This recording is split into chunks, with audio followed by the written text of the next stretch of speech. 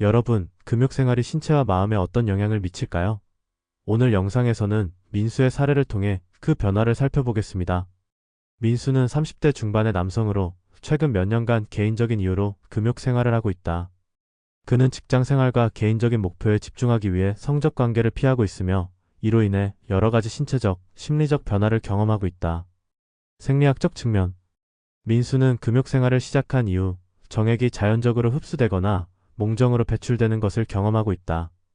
그는 성적 자극 없이도 생리적으로 큰 문제가 없음을 느끼고 있으며 정기적인 운동과 건강한 식습관을 유지하고 있다. 그러나 금욕이 길어지면서 테스토스테론 수치가 다소 변동할 수 있다는 점을 알고 있다. 그는 이러한 변화가 자신의 성기능에 미치는 영향이 크지 않다고 믿고 있다. 심리적 영향. 민수는 금욕 생활이 처음에는 스트레스를 줄여주는 효과가 있다고 느꼈지만 시간이 지남에 따라 감정적 고립감을 느끼기 시작했다. 성관계가 없던 기간이 길어지면서 우울감과 자존감 저하가 나타나기 시작했고 친구들과의 관계에서도 소외감을 느끼게 되었다.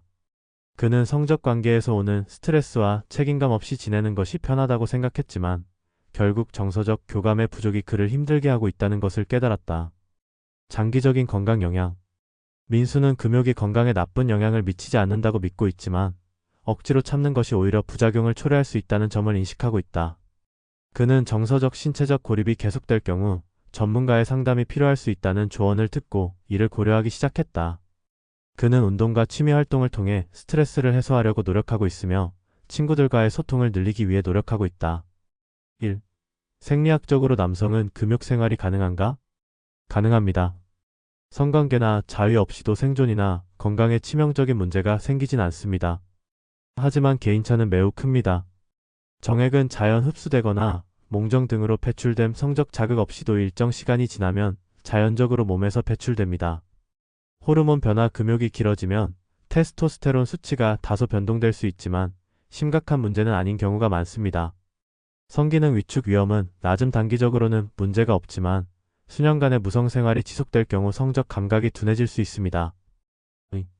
심리적으로 금욕은 어떤 영향을 주는가? 심리적 영향은 더 복잡합니다. 스트레스 해소 기능 약화, 성행위는 심리적 안정감을 주는 호르몬 옥시토신, 도파민 등을 분비시키는 수단이기도 합니다. 우울감 또는 고립감 오랜 기간 성적 관계 없이 지내는 경우 감정적 고립이나 자존감 저하로 이어지는 경우도 있습니다. 반대로 자유로움을 느끼는 경우도 있음. 일부는 성관계에서 오는 스트레스나 책임감 없이 지내는 걸 편하게 느끼기도 합니다. 개인 성향에 따라 다름. 3.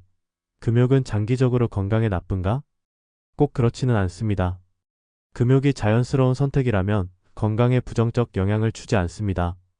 다만 억지로 참거나 억압 상태로 계속 지속되면 스트레스성 질환, 수면장애, 분노 조절 문제로 나타날 수 있습니다. 결론. 남자는 금욕 생활이 가능한가?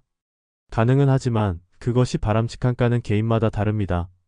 억지로 억누르며 참는 삶은 오히려 부작용이 생깁니다.